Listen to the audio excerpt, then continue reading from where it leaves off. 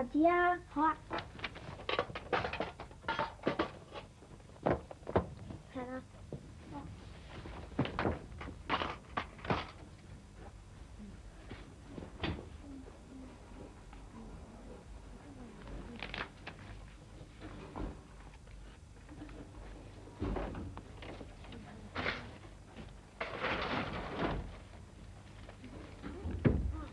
咦？你哋做完晒功課啦？阿田，做好晒啦。小華，你睇下呢袋係咩嘢嚟嘅？咩嚟㗎？哦，係唔係我同阿爺阿嫲影嘅相啊？係啊，拎你啲傑作出嚟睇下。好啊，過嚟睇啊！好，睇下，好得意啊！呢啲相係幾時影㗎？上個禮拜六，爸爸送咗部相機俾我，我咪喺星期日試影咯，都唔知幾好玩啊！真係可以話樂。係咪樂也融融啊？係啊。嗯。咁啲相喺邊度影㗎？我唔話俾你聽，等你喺個相度估下。好啊，咁即係考我嚟啫。唔怕，趁機會練下我哋嘅觀察力都好啊嘛。嗱，我同你哋一齊睇下。呢張圖係啊。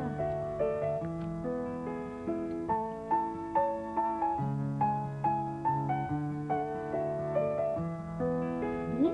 呢度好似係一間百貨公司嚟㗎噃。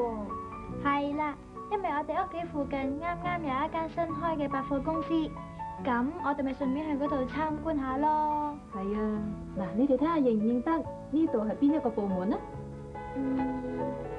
我諗就係童裝部啦，因為周圍都擺滿咗好多童裝衫裙嘅。咁裏邊有啲咩人呢？有小華、一個公公同埋婆婆，我諗佢哋一定係小華嘅爺爺同嫲嫲啦。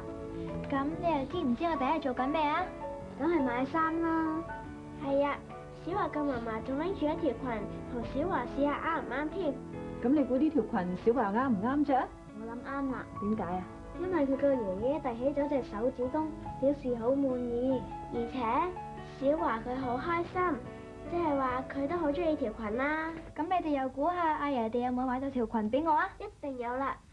又估得幾啱噃。係喎，大家嘅觀察力都好好，呢一點對於你哋喺看圖寫作方面好有幫助嘅，而且將來喺作文嘅時候仲好有用添。知道啦。咁一定要練多啲至得啊。係啊，咁不如我哋就將剛才觀察照片所得嘅內容，用簡短嘅文字逐點表達出嚟啊！好啊，我試講第一點啊。好啊。小華跟祖父、祖母逛公司去。我講第二點，他們在童裝部看童裝。輪到我講埋佢啦。第三點係祖母給小華試穿一條裙子。仲有第四點係小華十分開心。幾好啊！圖畫裏邊嘅細節，如果唔係咁重要嘅，我哋就唔使列出嚟噶啦。嗱，就要呢幾點做重點，我哋都可以寫成一篇記敘文噶噃。Auntie 啊，不如我哋再睇多幅試下。好啊。不如就呢一幅啦。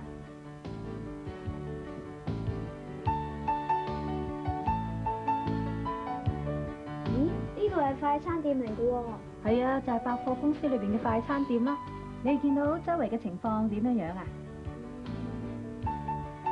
呢度唔係好多人，我諗一定唔係食午飯或者晚飯嘅時候啦。梗係啦，台上面嘅食物都係小食嚟嘅。啊，你哋又幾聰明㗎噃！咁相裏邊嘅小華喺度做緊乜嘢啊？小華正在夾緊食物俾佢爺爺。咁反映咗啲咩嘢咧？反映咗小華好孝敬祖父母，話佢為食就真。好啦好啦，唔係笑住啦，仲記唔記得用列點嚟表達啊？記得，我講第一點啦。好啊。小華與祖父母在快餐店進食。我都講返一點。第二點係快餐店內顧客並不很多。第三點係小華親自將食物夾起，送到祖父的碗裏去。仲有第四點係小華真是一個孝敬長輩的好孩子。睇起嚟你哋都差唔多掌握得到看圖寫作嘅基本技巧啦。不如你哋講翻俾我聽，點樣去觀察圖畫？我覺得首先就係要注意圖裏面有啲乜嘢主要人物喺度活動，仲有呢啲人物喺乜嘢地方活動。我呢就會跟住睇下人物之間有乜嘢關係，好似朋友啊，抑或係家人啊、親戚啊咁啊。然之後呢，就需要睇下佢哋活動嘅情形係點樣嘅，好似做緊啲乜嘢、玩緊啲乜嘢等等。你哋提出嘅都啱啦，不過最好呢，就再睇下整幅圖畫嘅內容有乜嘢特別嘅地方添。點解呢，媽咪？因為我哋可以揀啲特別嘅嘢嚟講咯，唔使幅幅都講埋啲普通嘅嘢嘛。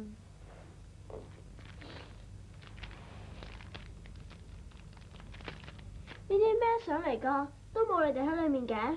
哦，呢啲相係我第二日喺街嗰度影嘅，一方面用埋啲菲林，另一方面就練習下影相。咦？呢張幾得意噃！咁多人喺度排隊喎。不如你哋又試下將呢張照片嘅內容講出嚟啊！今次我唔幫你哋㗎啦。呢度有5個人，佢哋喺度等緊巴士。我諗除咗喺嗰度傾緊偈嗰2個之外，其餘嗰3個都各不相識嘅。呢5個嘅舉動都唔同。第一個喺度睇緊手錶，非常之心急。第二個表現得唔耐煩，仲望住遠處有冇巴士嚟添。呢2個梗係等咗好耐啦。第3個就顯得我咁煩躁，喺度睇緊報紙。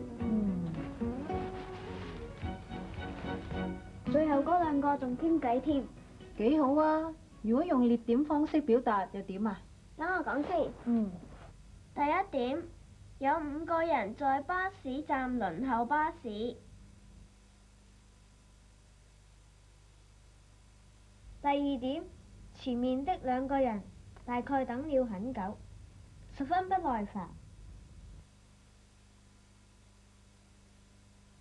至於第3點就係，後面的3個人比較悠閒，他們有的在看報，有的在閒談，應該是等了沒多久的。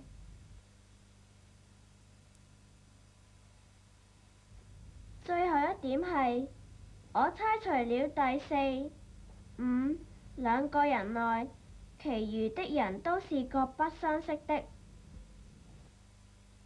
都好清楚。不過有時我哋仲可以加埋啲喺畫面裏邊感受到嘅嘢，好似心情啊、天氣啊、氣氛啊咁樣。嗱，我哋又睇下呢一幅啊，完全唔同㗎。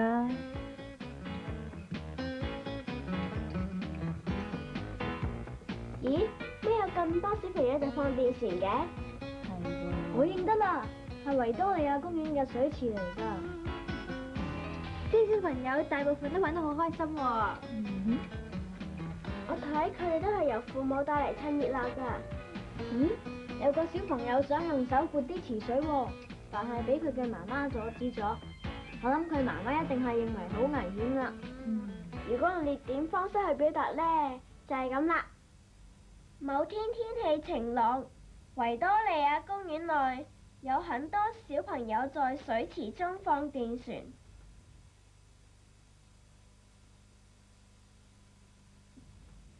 水池旁邊聚集了很多人，有不少父母帶同子女到來圍觀或一起玩。其中有一位小朋友想用手撥池水，受到母親的勸阻，大概因為這是十分危險的吧。而家你哋對於觀察圖片內容完全冇問題啦？冇問題啦，仲好有趣添。我連去影相都覺得好有興趣啊！係咩？咁我哋2個一齊去影啊！最多我教你啦。好啊。